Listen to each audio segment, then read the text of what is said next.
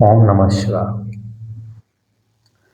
ମୁଁ ଜ୍ୟୋତିର୍ବିଦ ଓ ଶିବ ସାଧକ ଏବଂ ଲେଖକ ମଧ୍ୟ ପ୍ରଫେସର ରୁଦ୍ରପ୍ରସନ୍ନ ମହାପାତ୍ର ଆଜି ଆପଣଙ୍କ ପାଖରେ ଉପସ୍ଥାପନା କରିବି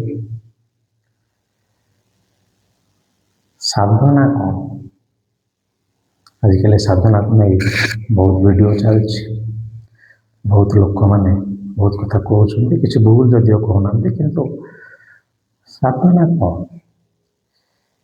ସାଧିବା ବା ଗୋଟେ ଜିନିଷକୁ ଆମେ ପାଇବା, ଯେଉଁଟାକୁ କୁହାଯାଏ ଆଟେନମେଣ୍ଟ, ସେଟାକୁ ଆପଣ ସାଧନା ବୋଲି କୁହନ୍ତୁ। ଆପଣ କହିବେ ମୁଁ ସାରସ୍ୱତ ସାଧନା କରୁଛି, ବହୁତ ଗୁଡ଼େ ବହି ପଢ଼ୁଛି, ବହି ଲେଖୁଛି, ସେଟା ବି ଗୋଟେ ପ୍ରକାର ସାଧନା। ମୁଁ ଲକ୍ଷ୍ମୀଙ୍କ ସାଧନା କରୁଛି, ବହୁତ ଗୁଡ଼େ ପଇସା କେମିତି ପାଇବି, ପଇସା ରଖିବି, ପଇସା ବିଭିନ୍ନ ଜାଗାରେ ବିନିଯୋଗ କରିବି, ସେଟା ବି ଗୋଟେ ପ୍ରକାର ସାଧନା। ମାତ୍ର ଯଦି ଆମେ ଆଧ୍ୟାତ୍ମିକ ସାଧନା କଥା କହିବା, ଯେଉଁ ସାଧନା ଏଠି ମୁଁ କହୁଛି ତାକୁ ଆପଣ ଆଧ୍ୟାତ୍ମିକ ସାଧନା ବୋଲି ମାନିକି ଚାଲନ୍ତୁ। ସେଇଟା ହେଲା ନିଜ ଭିତରେ ଥିବା ଆତ୍ମଜ୍ଞାନକୁ ପାଇବା ବା ମୁଁ କିଏ ଜାଣିବା। ଆମେ ଶରୀର ନୁହଁନ୍ତି, କାରଣ ଆତ୍ମା ଅଛି। ଆମେ ମନ ନୁହେଁ, କାହିଁକିନା ଯଦି ମନ ହିଁ ହେଇଥାନ୍ତେ ତାହେଲେ ତ ଆମ ମୃତ୍ୟୁ ପରେ ଆମର ଅସ୍ତିତ୍ୱ ନାହିଁ। କିମ୍ବା ଯେଉଁ ଲୋକଟିର ବ୍ରେନ୍ ଡେଡ୍ ହେଇଗଲା ତାକୁ ମୃତ୍ୟୁ ବୋଲି ଡିକ୍ଲେୟାର କରିଦିଆଯାଆନ୍ତା, କିନ୍ତୁ ସେମିତି ନୁହେଁ। ତ ନିଜର ଭିତରେ ଥିବା ଆତ୍ମତତ୍ତ୍ୱ ବା ମୁଁ କିଏ ଜାଣିବା ପାଇଁ ଯାହା ଯାହା ପ୍ରୟାସ, ସେଟାକୁ କୁହାଯାଏ ସାଧନା। ବର୍ତ୍ତମାନ ସେଇଟା ଯୋଗ ହେଇପାରେ, ଆପଣ କମ୍ ଖାଇକି ବିଭିନ୍ନ ପ୍ରକାର ପ୍ରାଣାୟାମ ଆସନ ଦ୍ୱାରା ନିଜର ଆତ୍ମତତ୍ତ୍ୱ ଜାଣିବା ସାଧନା।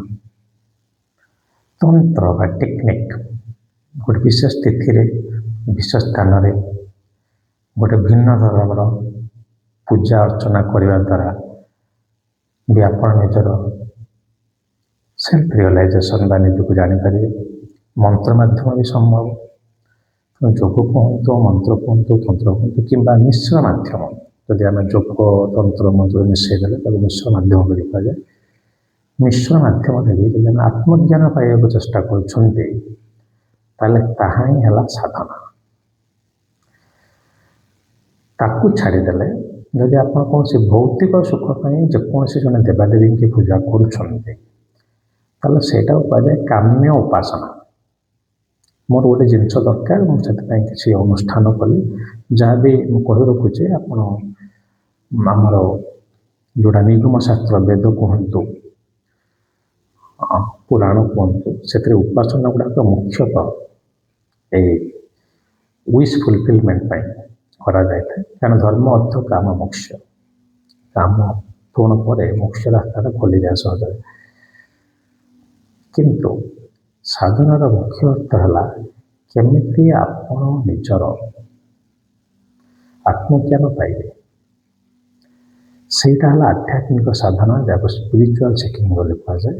ତାକୁ ଛାଡ଼ିଦେଲେ ବାକି ଆପଣ ଯାହା କରୁଛନ୍ତି ସେଗୁଡ଼ା ହେଲା କାମ୍ୟ ଉପାସନା ବା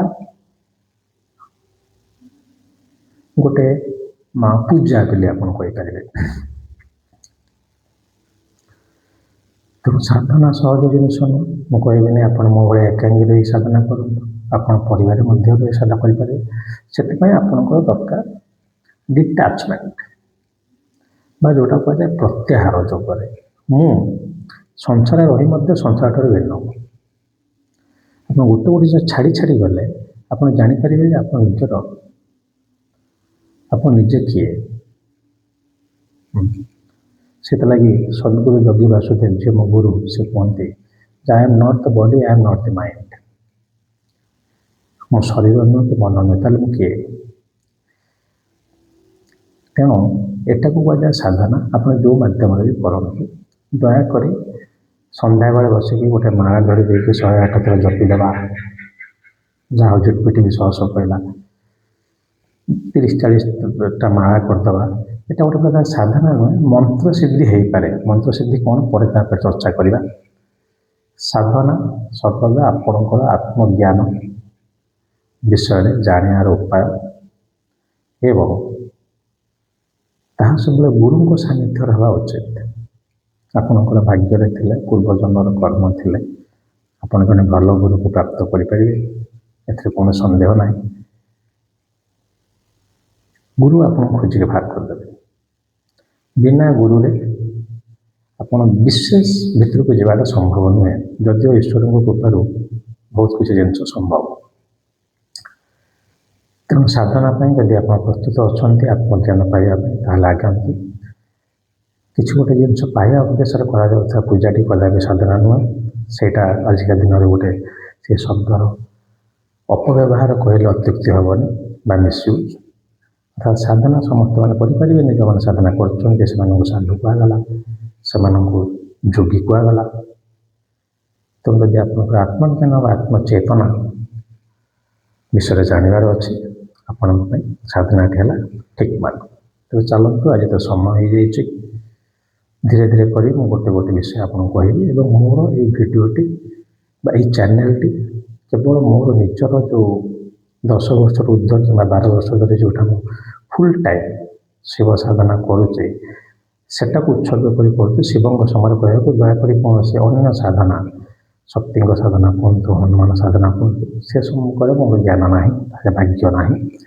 ସେ ସମ୍ପର୍କ ନେଇ କିଛି ପ୍ରଶ୍ନ କମେଣ୍ଟ ବକ୍ସରେ ଲେଖିବେନି। ଶିବ ସାଧନା ସମ୍ପର୍କରେ ଯାହା ଆପଣ ଜାଣିବାକୁ ଚାହୁଁଛନ୍ତି ଆପଣ ମୋତେ ପଚାରିପାରନ୍ତି। ବିଶେଷତଃ ସାଧକମାନଙ୍କ ପାଇଁ ମୁଁ ଭିଡ଼ିଓ ବନାଉଛି, କିମ୍ବା ଯେଉଁମାନେ ସାଧନା କରିବାକୁ ଆଗ୍ରହୀ, ବହୁତ ସିରିୟସଲି, କାଜୁଆଲି ନୁହେଁ।